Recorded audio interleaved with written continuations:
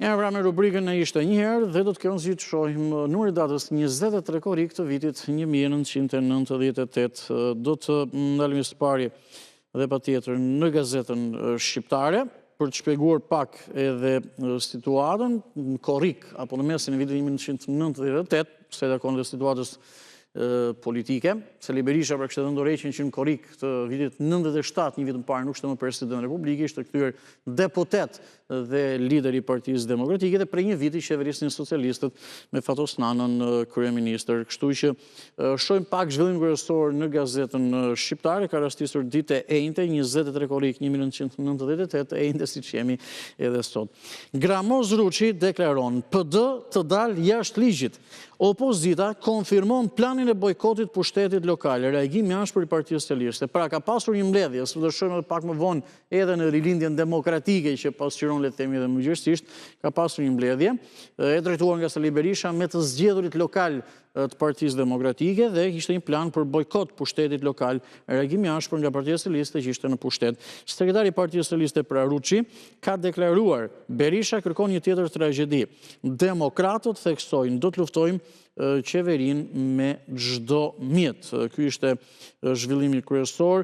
Berisha i shpall luftë qeverisë, kjo është një qeveri armike që duhet përmbysur menjëherë, tha dje lideri i opozitës në një takim zgjeruar të kryesisë Partisë Demokratike dhe të gjithë të zgjedhurve lokal të bashkive, komunave dhe këshilltarëve. Pra, si një kthes historike të qëndrimit të Partisë Demokratike, ka quajtur Berisha takimin e dieshëm me të zgjedhurit lokal vetëm disa ditë pas braktisjes përfundimtare të parlamentit. Që do thotë, Partia Demokratike kishte braktisur edhe parlamentin.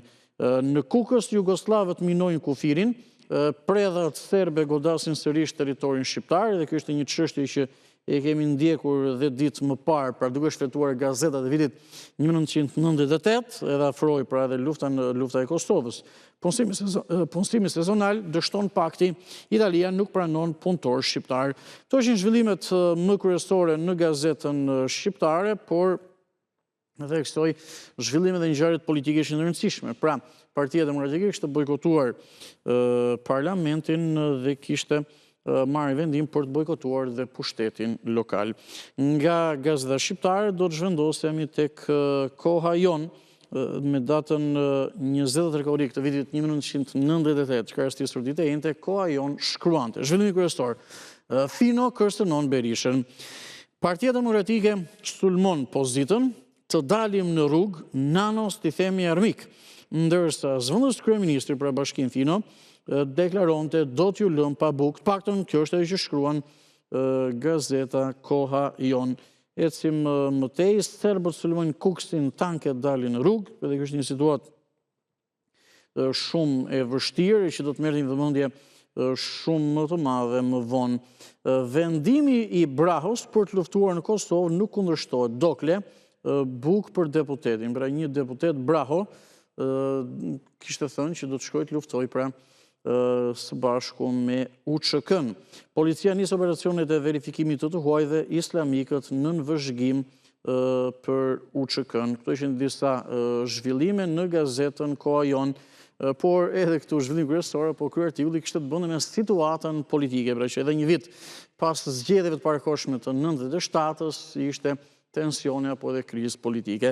Në RD zhvendosemi në këto momente, së fundmi në rilindjen demokratike për botimin e Partisë Demokratike të Shqipërisë dhe do të kemi mundësi që të gjejmë dhe të marrim këto vendime, të shohim më detaj këto vendime të Partisë Demokratike që pasqyrohen në botimin e saj.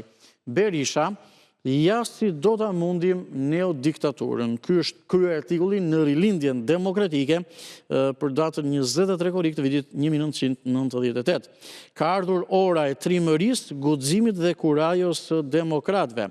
Partia Demokratike shpalos platformën e re të qendresës në takimin kombëtar me të zgjedhurit lokal të Bashkimit për Demokraci, koalicioni asaj periudhe. Dhe në këto foto i shohim në ekran, është një moment në takimin kombëtar të pushtetarëve lokal. Qeveria ka izoluar pushtetin lokal. Rezolutë e takimit të tretë kombëtar të zgjedhurve lokal të grupimit politik Bashkimi për Demokraci, të cilët pra kishin vendosur edhe për bojkot.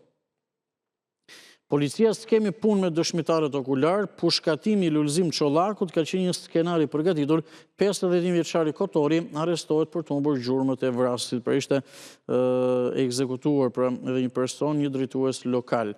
Policia masakroni 13 vjeçar, dhuna policore shtrihet edhe ndaj fëmijëve të demokratëve. Këto ishin disa nga zhvillimet në Lindjen Demokratike, botimin e Partisë Demokratike të Shqipërisë në 23 korrik të vitit 1998. PD-ja në atë periudhë pra ka qenë në opozitë. Kjo ishte rubrika Na ishte një herë.